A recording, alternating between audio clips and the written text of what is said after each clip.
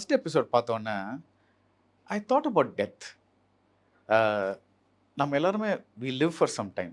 அப்புறம் ஒரு நாள் மரணம் வருது. அது எப்படி வருதுன்னு யாருக்கும் தெரியாது. நான் ஸ்பாய்லரே அது அத சொல்ல வேணான்னு பார்க்குறேன். நீங்க மரணத்த பத்தி யோசிக்கிறது உண்டா? நிறைய முறை யோசிப்பேன் சார். அதெல்லாம் கண்டிப்பாக இருக்கும் சார். நான் முன்னாடிலாம் பலமுறை அதை பேசியிருக்கேன் சார். தூரமாக இருந்தது. ஓகே.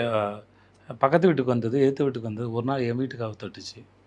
அன்றைக்கி எங்கள் அப்பா இறந்து போனதை சொன்னாங்க. அப்போ எனக்கு அது மேலே பெரிய கோபம் இருந்தது.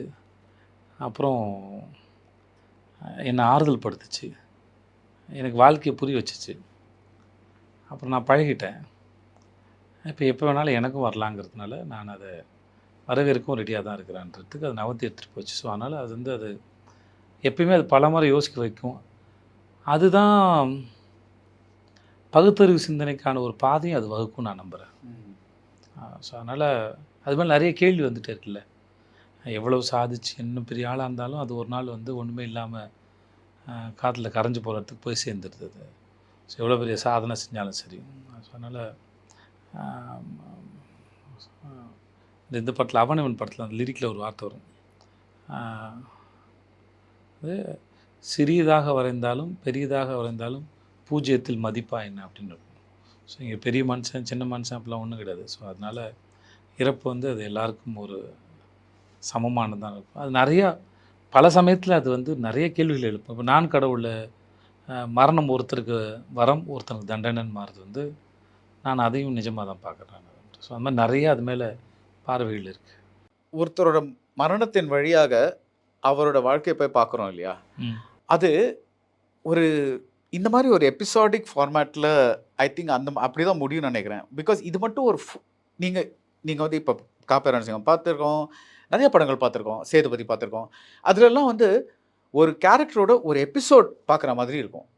ஆனால் இந்த மாதிரி ஒரு கதையில் ஒரு கேரக்டரே அவரோட ஒரு வாழ்ந்து பார்க்குற மாதிரி இருக்குது. அந்த லிபர்ட்டி உங்களுக்கு ஓடிடியில் தான் வரும்ல, இல்லை படத்துலேயும் முடியுமா? இது மூலம் படமாக எடுக்கிறது கூட இருந்தது சார். ஒரு 3 hours ஃபில்மாக பண்ணலான்னு இருந்தது சார். ஓகே, அதெல்லாம் முடியும் சார். அது முடியும் சார். மணி தானே எழுதுறாரு, அதெல்லாம் முடியும் சார். அவர் 2 சீசன் எழுதினார் சார். ஃபஸ்ட்டு மணி 2 சீசன் எழுதினார். அப்புறம் இப்போதைக்கு ஒரு சீசன் பண்ணலான்னு முடிவு எடுத்தாங்க. அதனால் இது ஒரு சீசனுக்கு இருக்குது. அப்புறம் இந்த கதையில் வருகிற கதாபாத்திரங்கள்லாம் இருக்காங்க சார். அவங்க எல்லாருக்கும் வாழ் இருக்குது சார். இந்த சென்ஸ் யாரை வேணால் தொடலாம் சார். இப்போது போலீஸ்காரர் நீங்கள் முத்துவை தொடலாம், அந்த காளை பாண்டியனை தொடலாம். இங்கே நிறைய பேர் இருக்கிறாங்க சார். எல்லாத்துக்கும் நீங்கள் மணிட்டு நான் முன்னாடி பேசும்போது எல்லா கதாபாத்திரத்தையும் வச்சு இப்போ நீங்கள் இப்போ ஹிட் ஆகுதுன்னு வச்சுக்கோங்களேன்.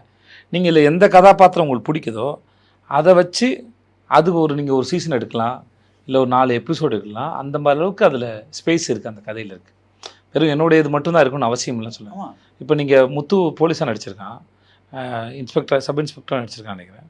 நீங்கள் அவனோட தொட்டிங்கன்னா அவனோட ஃப்ளாஷ்பேக்கு, அவனோட என்கவுண்ட்ரு, அவன் லைஃப்பில் என்னாச்சு, அவன் எந்த இடத்துக்கு சேர்ந்தானா அவனுக்கு ஒரு கதை இருக்குது.